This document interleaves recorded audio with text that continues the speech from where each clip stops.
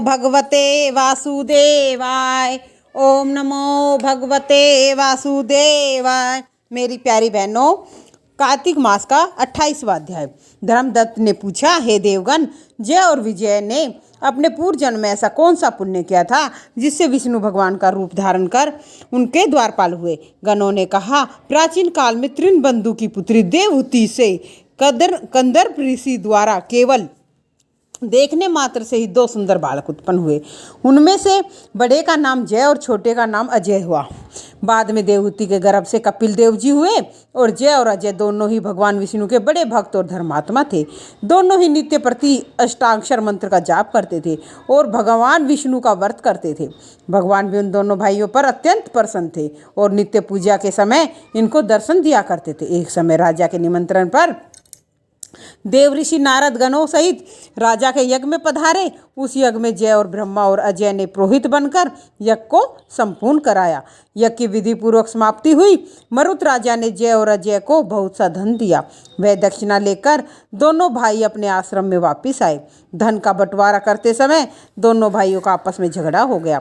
जय ने अजय से कहा, धन के 2 बराबर भाग होने चाहिए। अजय ने कहा, नहीं, जितना धन जिसको मिला है उतना ही धन उसका होगा। तब जय ने क्रोध भरकर अजय को श्राप दिया, तुम धन लेकर नहीं देना चाहते, इसलिए तुम ग्राह हो जाओ।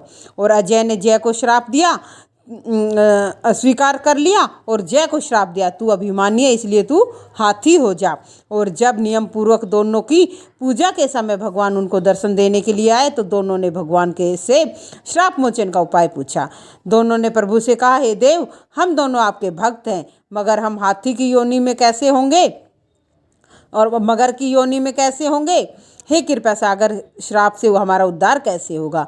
भगवान विष्णु ने कहा, मेरे भक्तों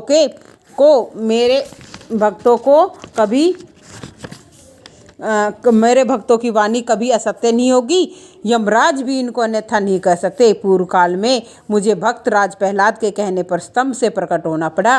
राजा अम्बरीश के कहने पर 10 अवतार लेने पड़े थे। अतः तुम दोनों को श्रापों को भोग कर फिर मेरे लोक में प्राप्त होगे। इतना कहकर भगवान विष्णु अंतर्ध्यान हो गए। गणों ने कहा, तब वह दोनों गंडकी नदी के किनारे मगर और हाथी हुए। जाति समान रहने के कारण इस योनि में भी भगवान विष्णु का व्रत और नियम पूर्वक किया करते थे। एक दिन कार्तिक की पूर्णमासी को वह हाथी स्नान के लिए गंडकी नदी पे गई तो पिछले जन्म के श्राप सुमन करके मगर ने हाथी पकड़ लिया। मगर के पकड़े हुए हाथी ने भी भगवान विष्णु का स्मरण किया। फिर क्या था, तुरंत ही शंख चक्र गदा पद्मधारी भगवान ने अपने सुदर्शन चक्र द्वारा उन दोनों मगर और हाथी का उद्धार किया। बोलो विष्णु भगवान की जय हो। उन दोनों को अपने जैसा रूप देखकर भगवान उन्हें बैकुंठ में ले गए। उसी दिन से उस स्थान का नाम हरि क्षेत्र प्रसिद्ध हुआ। चक्र के आघात से वहाँ के पत्थरों में भी चिन्ह बने हुए हैं। वह दोनों विजय और अजय के नाम से आज भी संसार में प्रसिद्ध है। हे विप्र, आपने भगवान विष्णु के द्वारपालों के संबंध में जो प्रश्न किया था उसका विस्तार से मैंने उत्तर दिया है। इसलिए हे द्विज, तुम भी ईर्ष्या और देश को त्याग कर नित्य भगवान विष्णु का व्रत करो। जगत के प्रत्येक जीव को समदृष्टि से देखो। तुला, मकर और मेष की संक्रांति में नित्य प्रत्यय स्नान किया करो। एकादशी का व्रत किया करो। तुलसी वन की रक्षा किया करो। गो, ब्राह्मण, वैष्णव की सेवा के लिए हर समय तैयार रहा करो।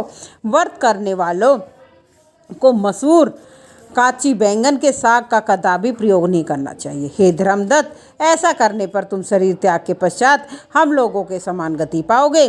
भगवान विष्णु को प्रसन्न करने वाले इस व्रत के समान फल देने वाला तीर्थ, दान, यज्ञ दूसरा कोई नहीं है। हे विप्र, तुम धन्य हो, क्योंकि तुमने विष्णु भगवान को प्रसन्न करने के लिए व्रत किया है। जिसका आधा फल तुमने इस कलह को दिया है, उसके फलस्वरूप हम कलह को बैकुंठ ले जा रहे हैं। नारद जी ने राजा पृथ्वी से कहा कि हे राजन, इस धर्मदत्त विष्णु भक्ति का उपदेश देखकर कलह को साथ ले गए और विष्णु के पार्षद बैकुंठ को चले गए। धर्मदत्त भी उनके आदेश अनुसार भगवान विष्णु के व्रत में तल्लीन हो गया और फिर उसका देहांत हुआ तो दोनों स्त्रियों के साथ विष्णु लोक को गया। हे राजन, जो भी कोई इस प्राचीन काल के इतिहास को सुनता है और सुनाता है तो वह अंत में विष्णु लोक को ही प्राप्त होता है। हे मेरी प्यारी बहनों, हम कार्तिक मास में नहा रहे हैं, उसका स्नान कर रहे हैं कार्तिक मास का, तो हमें मूली, बैंगन और मसूर की दाल तो कदापि प्रयोग नहीं करनी है। इस बात का विशेष ध्यान रखना। कार्तिक मास में क्या मूली और बैंगन, दो ऐसी, और मसूर की दाल, ये चीज़ें ऐसी हैं हमें किसी भी व्रत में नहीं खानी है। और दूसरे का भोजन नहीं खाना, किसी भी व्रत में दूसरे का भोजन भी नहीं खाना है हमें, क्योंकि हम दूसरे के घर का भोजन खाएंगे, क्या पता उसके घर का भोजन किस प्रकार का है, कैसा बनाया है, कौन से पैसे हैं उसके, तो किस तरह के पैसों से कमाया हुआ है। इसलिए भगवान ये कहते हैं शुद्ध, सात्विक और अपने ही घर का भोजन खाना है, चाहे कैसा भी हो। और दूसरा, किसी से भी हमें, और किसी ब्राह्मण की, विशेषकर कार्तिक मास में विष्णु भगवान को ब्राह्मण बहुत प्रिय हैं। आप लोग ब्राह्मण की पूजा किया करें। अब तो पूजा का तो आप लोगों को पता है, इस कलयुग में ब्राह्मण को सब लोग तुच्छ दृष्टि से देखते हैं, कोई उनकी सेवा भाव नहीं करते हैं।